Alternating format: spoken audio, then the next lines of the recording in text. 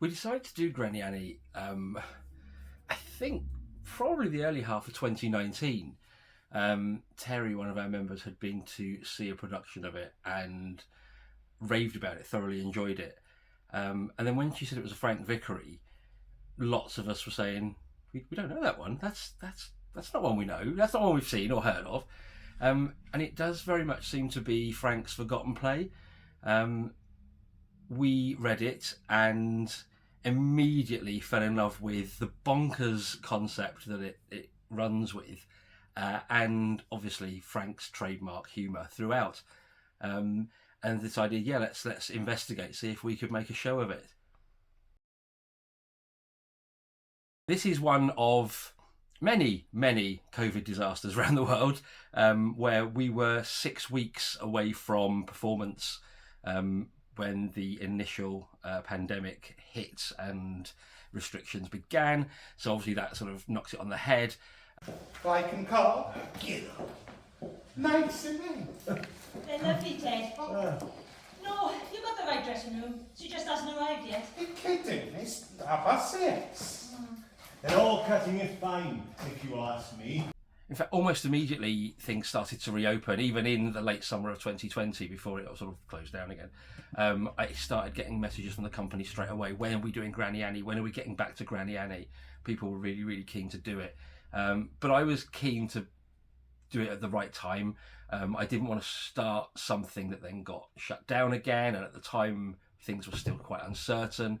And then as we did start to sort of regroup and work on bits and pieces, other things came up and the timing wasn't quite right. So to do the performance almost exactly 3 years late to the right week is quite something. And it was fun coming back because people straight away got into it. The character work was done. I was very fortunate that I could run with the same cast. So there was a certain amount of work that was done. The biggest change for us was we had to find a new venue.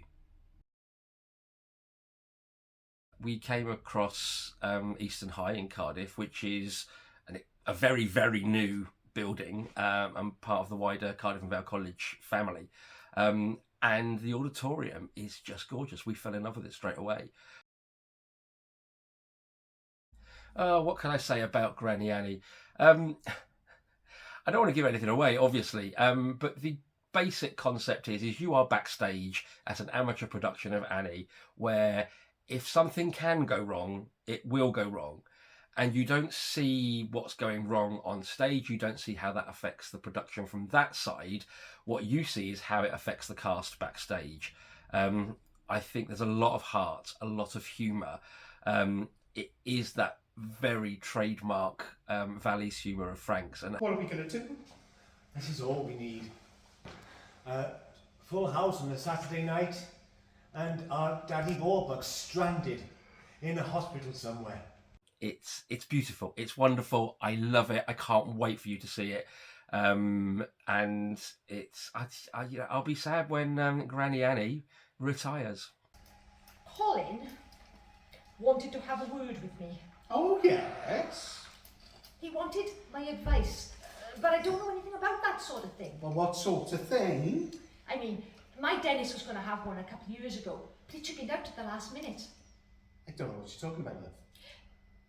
Now, this won't go any further, will it, Ted? This is confidential between you and me. So do come and see us. I will try and put the details somewhere around here. Oh, look, I'm voting. And we would absolutely love to entertain you for an evening. So please do drop by.